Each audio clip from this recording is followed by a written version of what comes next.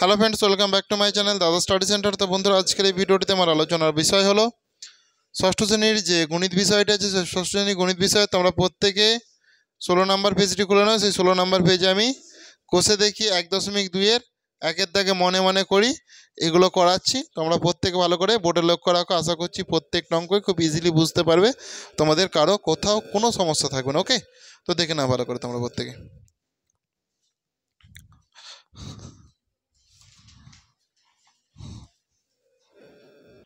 দেখো, তোমাদের প্রথম প্রশ্ন ছিল 0 ছাড়া 5-এর 6টি গুণিতক খুঁজি। তাহলে দেখো, 5-এর 6টি গুণিতক হলো, উত্তর করাচ্ছে একবারে। হ্যাঁ, 5-এর 6টি গুণিতক হলো, দেখো, 5 একে 5, 5 দুগুণে 10, 5 তিনে 15, 5 চারে 20, 5 পাঁচে 25, 5 ছয় 30। দেখো, 6টা গুণিতক হয়ে গেল। এইটাই উত্তর। 5-এর 6টি যখন গুণিতক বলবে, 5-এর বাড়ির নামটা 6 পর্যন্ত। ওকে, এরপরে দেখো আমি করে দিচ্ছি, তারপরে তোমরা করবে। আগে দেখে নাও একবারে বিয়েরটা। বলেছে 7-এর 3টি গুণিতক খুঁজি যারা 50-এর বড়। তাহলে 7 50 অপেক্ষা বড় 7-এর 3টি গুণিতক হলো 50 অপেক্ষা বড় 7-এর 3টি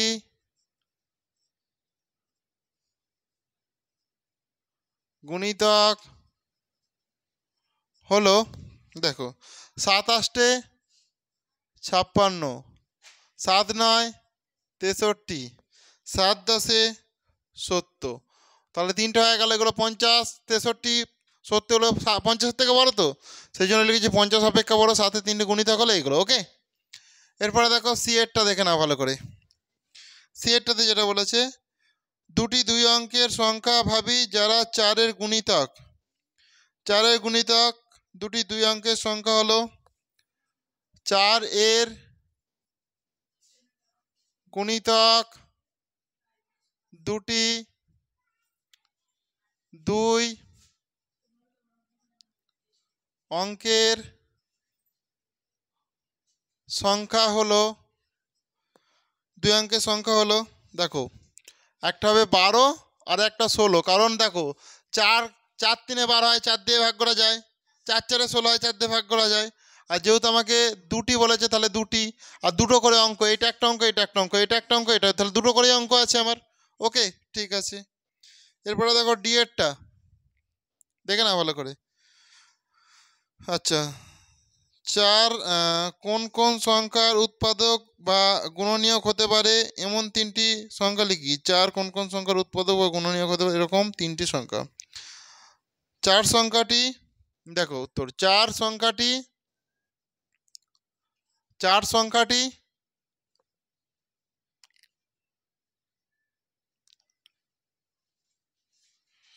4 সংখ্যাটি তাহলে 12, 16 আর 20 সংখ্যাগুলির উৎপাদক হতে পারে। সংখ্যাগুলির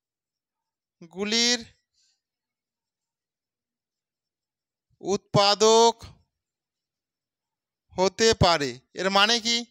তোমরা এগুলোকে দেখো করো, 12, 16, 20। দেখো, যদি 4 দিয়ে করো, 4 3-এ 12, 4 4-এ 16, 4 5-এ 20।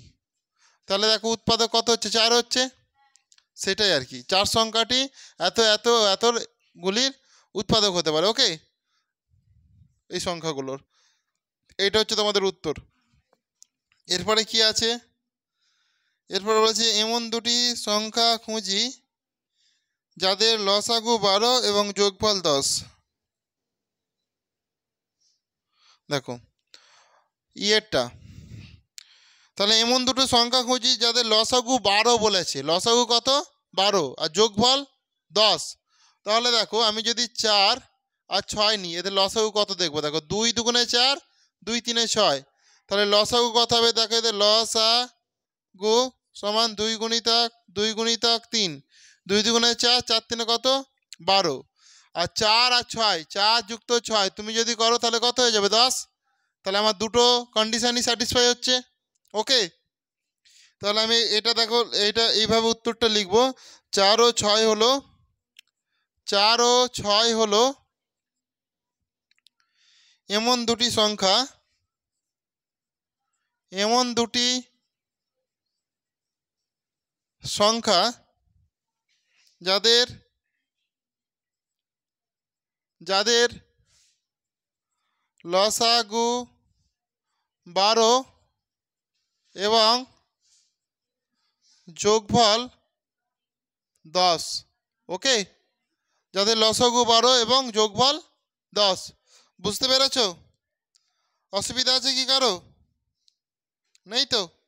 করে নাও প্রত্যেকে। এগুলো হচ্ছে একের দাগের অঙ্ক ছিল, একের দাগের অঙ্কগুলো আমি করিয়ে দিয়েছি। তোমরা প্রত্যেক একের দাগের অঙ্কগুলো যতটা তাড়াতাড়ি পারবে করে নাও। 2-এর দাগের এরটা ভালো করে দেখো। 14 এর মৌলিক উৎপাদক কি কি? সবচেয়ে ছোট মৌলিক সংখ্যা কি? কোন সংখ্যা মৌলিকও নয় আবার যৌগিকও নয়? ওকে ওকে, তাহলে 2-এর দাগের 3টা আমি করিয়ে দিচ্ছি, তোমরা প্রত্যেকে ভালো করে মন দিয়ে দেখো।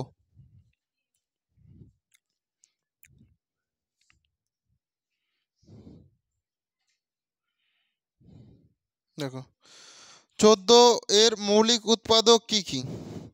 তাহলে দেখো 2-এর দাগের এরটা আমি এখানে 14 করলাম, এর মৌলিক উৎপাদক দেখো 2 7 14।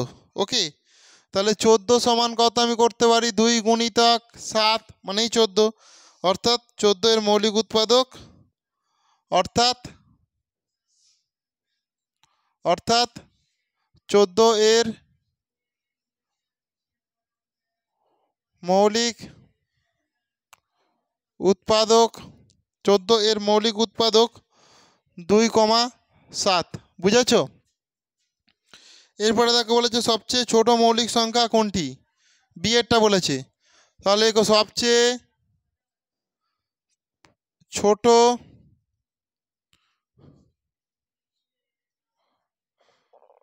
মৌলিক সংখ্যা, সব থেকে ছোট মৌলিক সংখ্যা 2। ওকে, এরপরে দেখো সি এরটা, এখানে বলেছে ড্যাশ সংখ্যাটি মৌলিকও নয় আর যৌগিকও নয়। তাহলে এক সংখ্যাটি মৌলিকও নয়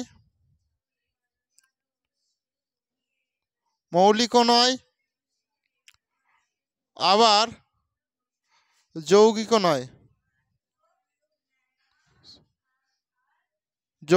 নয়। তাহলে এক সংখ্যাটি মৌলিকও নয় আবার যৌগিকও নয়। ওকে, করে নাও। 2-এর দাগে এই 3টে অঙ্ক করে নাও, প্রত্যেকে করে নাও। এরপরে দেখো 3-এর দাগের এর অঙ্কটা আছে যে 42 কোন কোন সংখ্যার গুণিতক? তাহলে 42 দেখো 4 10 2 42, তাহলে 6 গুণিতক 7, 6 7 42, তাই তো? তাহলে দেখো এখানে 6 কত অপশান ডিতে পাচ্ছ আর 7 কত অপশান এতে পাচ্ছ। অতএব 42 সংখ্যাটি অপশান এ 7 এবং অপশান ডি 6 এর গুণিতক। ওকে, করে নাও প্রত্যেকে।